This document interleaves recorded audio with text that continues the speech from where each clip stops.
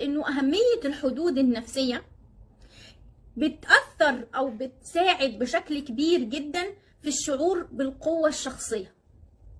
تاني، اهمية الحدود النفسية لما لقوها عند الطلبة اللي عندهم حدود شخصية، لقوا ان دي بتنعكس بشكل واضح جدا على القوة الشخصية للشخص اللي عنده حدود. وده على فكرة يمكن انا حاجة من الحاجات اللي انا خدت بالي منها، انه حقيقي بتفرق بشكل كبير قوي قوي، انه القوة الشخصية بتظهر قوي لما بنبدأ نعمل حدود. دايما بقولها كمان، حتة الكاريزما بتظهر قوي لما الشخص بيبدأ يعمل حدود.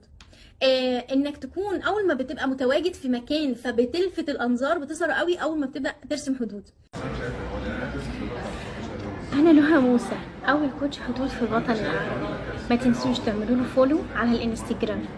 كل يوم هديكم معلومة مفيدة ومتأكدة إن انتوا هتحتاجوها عن الحدود